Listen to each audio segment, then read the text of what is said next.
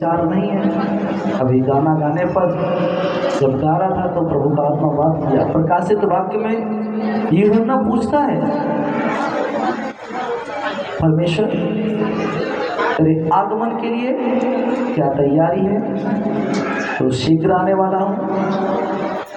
कभी आपको सुनने में आया कि 6 महीने बाद आऊँगा, शीघ्र आने वाला हूँ। फिर वहाँ कुछ आत्माएं हैं जिनको घात किया गया, जिन्होंने मौत का मजा चखा। सबसे पहलौटा कौन है मौत का मजा चखने वाला? अरे अभी तो टेंशन में आ गए, किसी की जान लेने नहीं आया, दे दी उसने आपके लिए जान, मगर और कोई ले सकते हैं आपकी जान। यीशु मसीह ने मत्ती में बोला, मेरे नाम के कारण तुम्हें नहीं पता, लोग सताएंगे, आगे पकड़वाएंगे, मारेंगे, पीटेंगे, पकड़वाएंगे और लास्ट में जेल में बंद कर देंगे, आगे में भी क्रॉस कर देंगे। हो रहा है, ऐसा नहीं है कि वो गलत लिखा है, जो लिखा है। बच्चन को सुनते समय ये मोबाइल को बहुत आनंद के लिए रखा करो खोलकर। थोड़ा सा समझदार कोई बच्चा है तो उसको बंद कर दीजिए। आज मैं ये बताना चाहता हूँ कि परमेश्वर का वचन आया हुआ है, हालेलुया। और आज मत्ती में जब पढ़ते हैं, जब तुम्हें लोग मेरे नाम के कारण सताए, मारे, और तब तुम्हें काम करना क्या करना? आनंदित और मग्न होना। आज बहुत से लोग डरते हैं, बहुत सी चीज़ों से डरते हैं। वचन प्रचार करने के लिए भी डरते हैं, वचन लेकर जाने से डरते हैं, कभी कभी लाइव आने से डरते हैं। कई बार डर मेरे अंदर भी पैदा कर दिया। कई लोगों ने बोला, ये आनंद क्यों करना? क्योंकि जब सताव बढ़े, जब पीड़ाओं के बारे में सुनो, जब लोग तुम्हें सताएं, ये 8-10 बहनें बातें कर रही हैं, एक भी व्यक्ति खड़े होकर उन्हें रोकने वाला नहीं है। मैं आज आपको बताना चाहता हूँ, परमेश्वर के वचन को जब आप पढ़ते हैं तो आनंद की बात यह है, जान जाओ को बहुत शीघ्र आने वाला है। आज भजन गाया है, मैं नहीं जानता, एक समय ऐसा आ जाए और आपको यहीं से वो लेके चला जाए। हालेलुया। कितने लोग मायके जाने के लिए बहनें तैयार रहती हैं? नहीं तैयार रहती। कहीं पर भी लेके जाओ, 1 घंटा कम से कम, ज़्यादा ही अच्छी बहन है तो पौना घंटा, उससे भी ज़्यादा श्रेष्ठ क्वालिटी की है तो आधा घंटा तो चाहिए। मगर मायके का नाम ले दो, घड़ी लगा के 8 मिनट से पहले जीना उतर जाएंगे नीचे। क्यों? मायके जाने की बस शौक होती है। हमारे यहाँ भी मायका, हमारे अभी माई का घर, हमारे भी पिता का घर है। जाने की हमें वहाँ चिंता होनी चाहिए, वहाँ जाने के लिए कुछ विचार करना चाहिए। कल शाम को प्रभु के दास ने एक लाजर की और एक अमीर धनी व्यक्ति के बारे में एक चर्चा किया था, और उस चर्चा ने मुझे काफ़ी ज़्यादा सोचने के लिए मौका दिया। एक बूंद पानी नरक में नहीं है। कितने लोग मांगते पानी होगा उधर? इतना कठोर आदमी थोड़ी है परमेश्वर है। यहाँ सड़कों पर तमाम पिल्लू पंप लगे, तमाम सरकार नल लगवा देती है, एक नरक में भी नल लगा होगा। मैं बहुत सोचा, एक बूंद पानी नहीं है, सामने गिलास भर भर के पी रहे होंगे, तभी तो उसने बोला कि हमें एक बूंद पानी तो दे दे। तो इतना 2 बोतल अभी मास्टर जी, 1 बोतल पहले पी ली, दोबारा फिर आगे उनके लिए, यार हमें एक ढक्कन तो दो कम से कम। इतना अन्याय नहीं होना चाहिए। यस, तुम इस धरती पर जितना अन्याय करते हो, अमीर होने के कारण, या मान लीजिए ताकतवर होने के कारण, या शक्ति तुम्हारे अधीन हो गई, या मान लीजिए तुम्हारे पास कोई पद है, तो पद रखने वाला, यानी तुम्हें राज्य देने वाला, तुम राजा हो, वो राजाओं का राजा है। हालेलुया। और उनकी स्तुति हो। तो इसीलिए वहाँ कठोर सजा लिखी है। यीशु मसीह शायद मेरे हिसाब से, मेरी जहाँ तक कल समझ आई मेरे को, इतना जहाँ तक मुझे समझ आया कि उसी नरक की जो भयंकर आग देख कर यीशु मसीह जगत में इतनी पीड़ा सहा, नहीं तो कोई बहुत से उपाय है प्रभु के पास। अब्राहम के बेटे के लिए कितनी देर लगी मेमना बनने?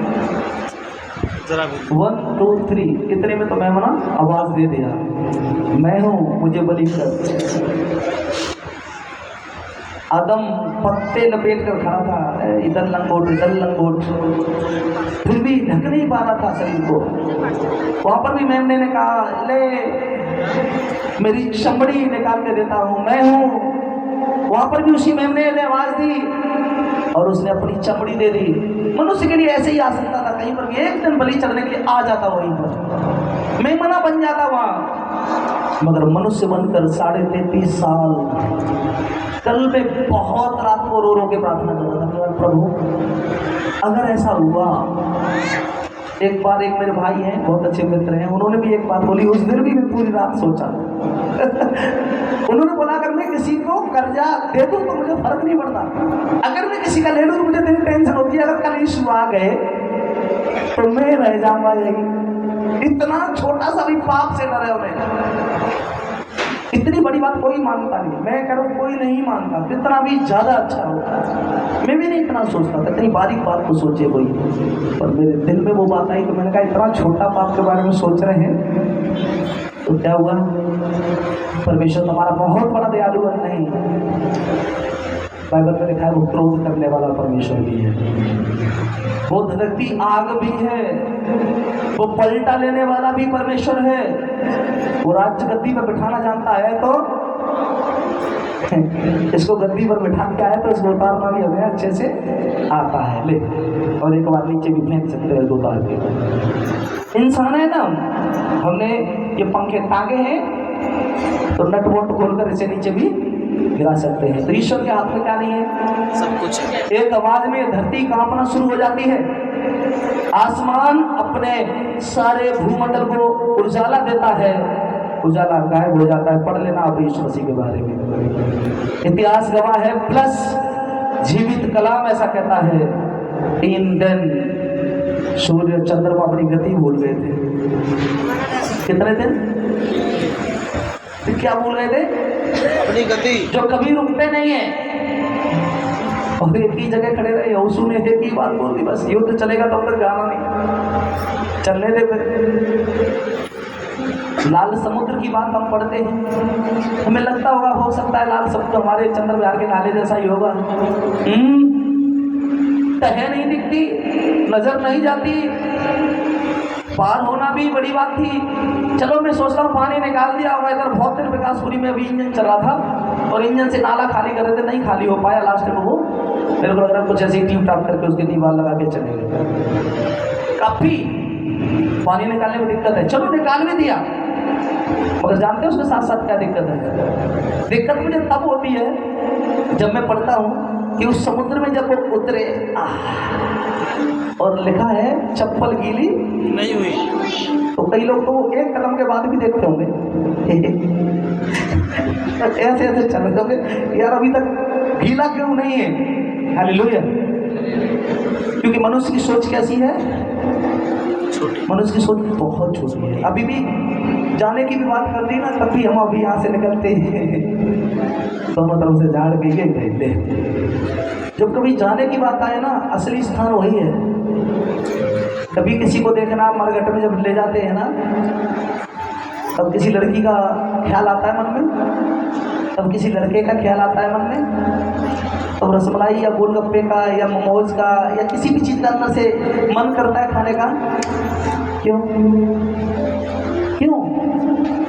क्योंकि उस लाश के साथ जब हम चल रहे होते हैं, एक ही ख्याल आता है, एक दिन हम भी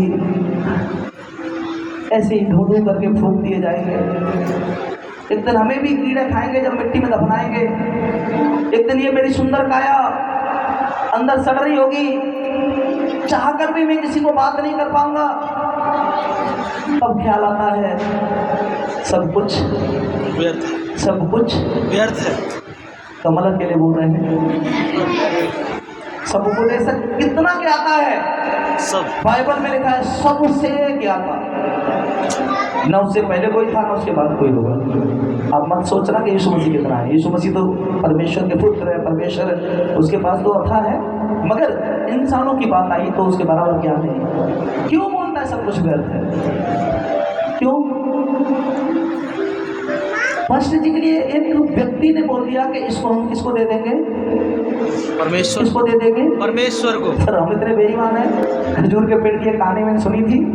ऊपर खजूर खाने एक व्यक्ति चढ़ा, बहुत अच्छा व्यक्ति था, इतना अच्छे दिल का था। ऊपर गया, खजूर खाए और खाने के बाद नीचे को देखा, खजूर बहुत लंबा है और वो कांटे इतने दर्द कर रहे थे कि उसकी जेट भर के रोने लगा। बोला ऊपर वाले आज मुझे उतार दे तो नीचे उतरते ही मैं इतना बड़ा सत्संग करूंगा, हजारों लोगों को खाना दूंगा, आधी संपत्ति मैं उछावर कर दूंगा कंगालों को।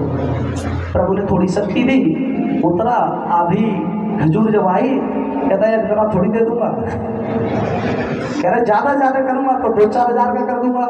लटक गया वहीं, पाँव दर्द शुरू, फिर नहीं उतरा जाए क्योंकि परमेश्वर का तो सहारा ही हमारे लिए काफी है।